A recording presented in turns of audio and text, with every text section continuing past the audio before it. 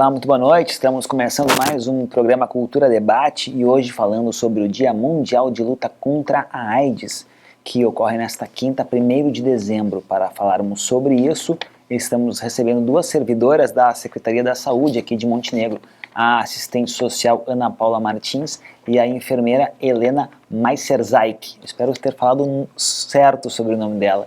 E você pode participar, fazer perguntas, críticas, elogios de duas formas. Através da fanpage no Facebook, facebook.com/TV Cultura do Vale, ou pelo WhatsApp, número 998240324. Muito boa noite, Ana Paula. Boa noite. Tudo bom? Tudo bom. Boa noite, Helena. Boa noite. De 1 a 10, como é que foi a pronúncia do sobrenome? 9. 9? Ah, tá bom, eu vou treinar para no próximo chegar nos 10, então. Mas, Ana Paula, eu te pergunto, e aqui é o seguinte, eu vou fazendo as perguntas, e se uma quiser complementar, a outra é bem tranquilo, tá? O importante é a gente fornecer e oferecer para as pessoas, né, as informações corretas sobre esse tema tão importante que é a AIDS. E vamos falar também sobre outras DSTs, né, porque eu sei que não é só a AIDS, a gente fala muito de AIDS, mas tem outras doenças que podem ser evitadas e precisam ser evitadas.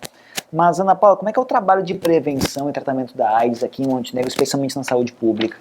Bom, o programa DST-AIDS, Doenças Sexualmente Transmissíveis e AIDS, a gente sempre fala em palestras e debates, enfim, com a equipe técnica, nós entendemos que seja o maior programa do município, um dos maiores, porque ele envolve crianças, adultos, gestantes, idosos, adolescentes, né? Envolve uma equipe multidisciplinar, enfermeiro, médico, psicólogo, nutricionista, pediatra, bioquímico, farmacêutico. Então é um trabalho de equipe articulado. Multidisciplinar mesmo. Multidisciplinar. Nós temos uma frequência mensal de reunião de equipe técnica e sempre que necessário discussões de caso. Então assim, a gente atende todas as faixas etárias com acompanhamento individual e o trabalho de prevenção junto à comunidade são através das campanhas, sempre divulgando na imprensa, na mídia, enfim, rádio, jornal, onde nos chamam, a gente sempre fala isso, né, Helena? Para falar sobre o assunto, escolas, empresas, a gente está sempre presente. Divulgação, agora, essa semana nós vamos fazer um trabalho aí junto de rodas de conversa, junto aos postos também, para divulgar o tema e informação para as pessoas acessarem o serviço na dúvida.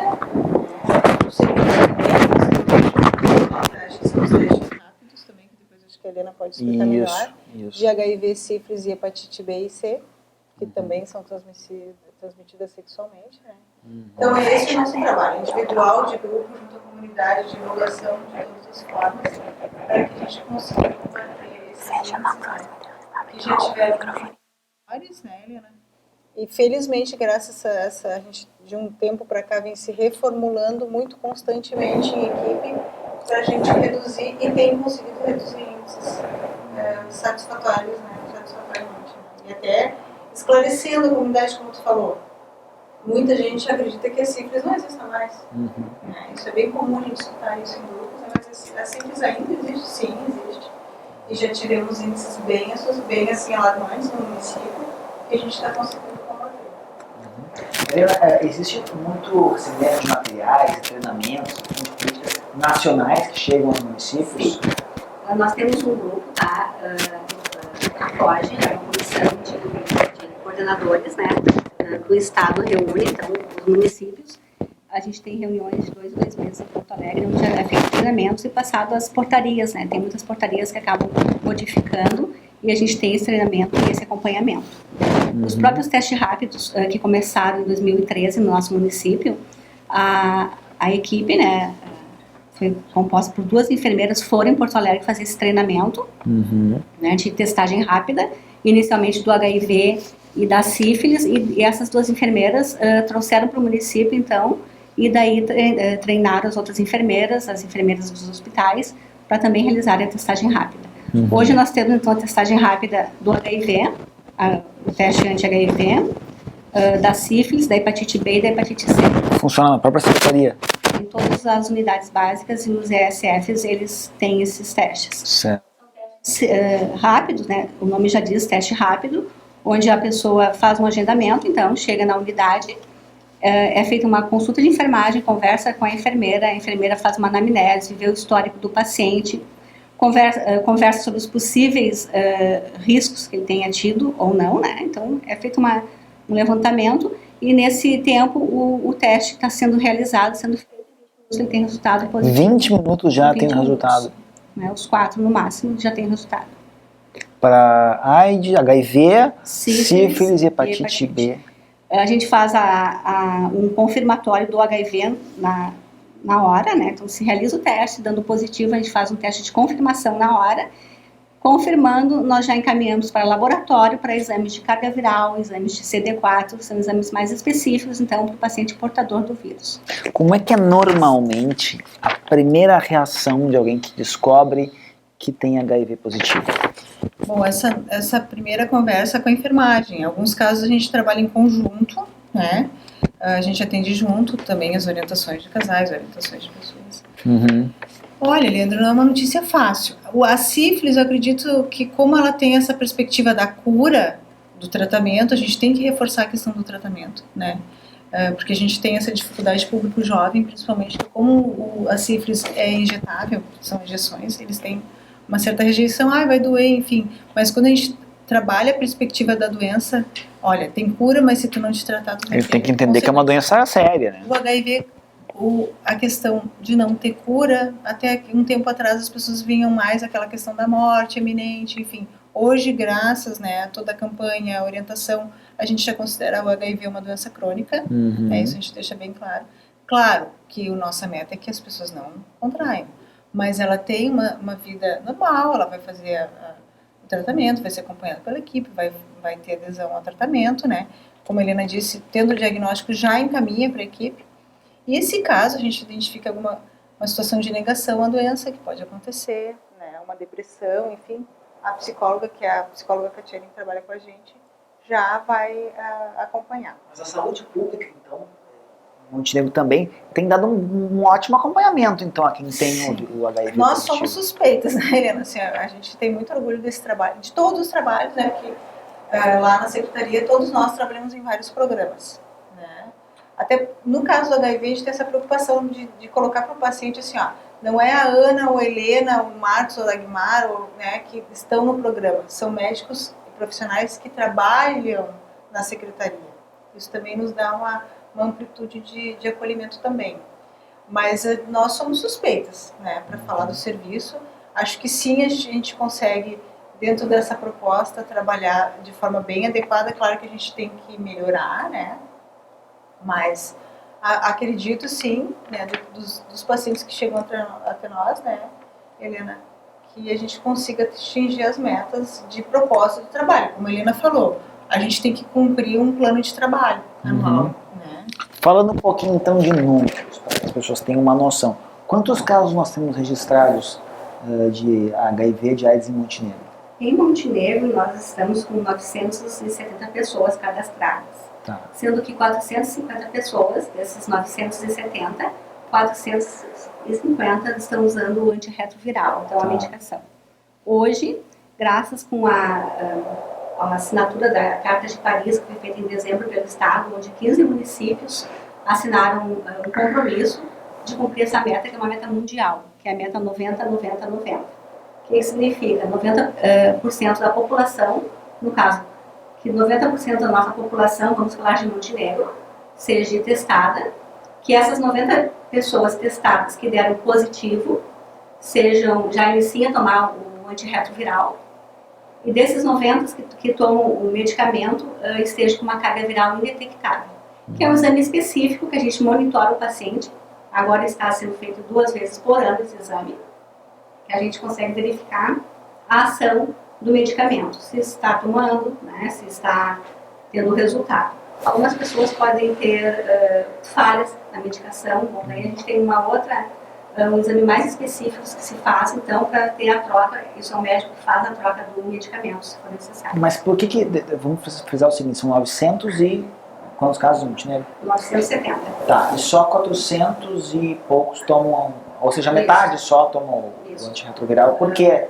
Nós temos um cadastro, alguns foram transferidos, outros a óbitos, né, em anos anteriores, mas são esses que estão em tratamento com antirretroviral.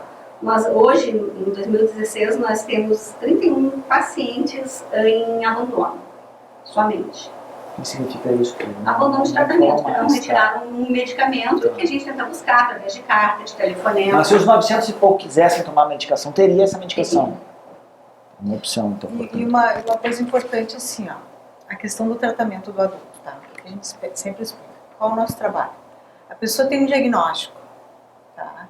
E ela não deseja se tratar. A gente vai conversar, claro, a gente faz várias tentativas.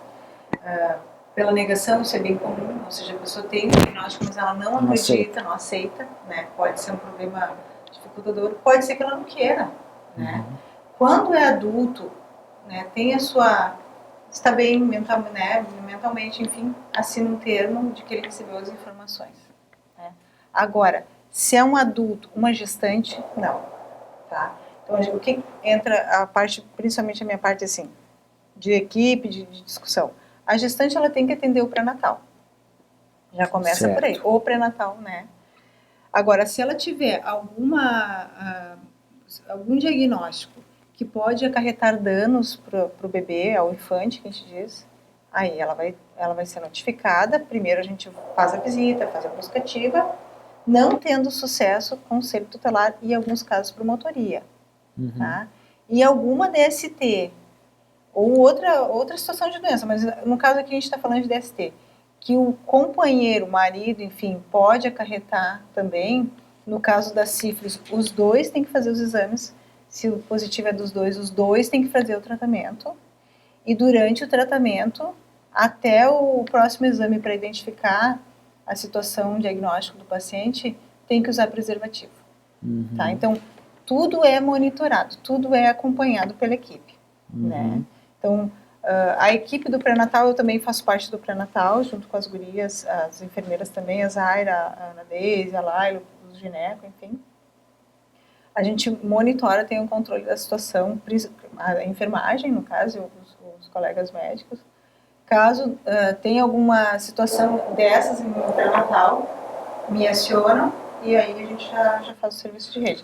Claro que a gente não notifica com o diagnóstico, nós não podemos abrir o CID de um paciente. A gente informa que aquela paciente pode ter uma situação de saúde que pode acarretar danos de prejuízo da saúde e até morte. No caso de sífilis, pode ser uma morte fetal. Quando, no caso do teste rápido, tem pacientes que vêm de laboratório, né? Fazem um laboratório e nos procuram, então, para acompanhamento. A gente faz esse contrato de sigilo com o paciente, né? Então, que é conversado, né?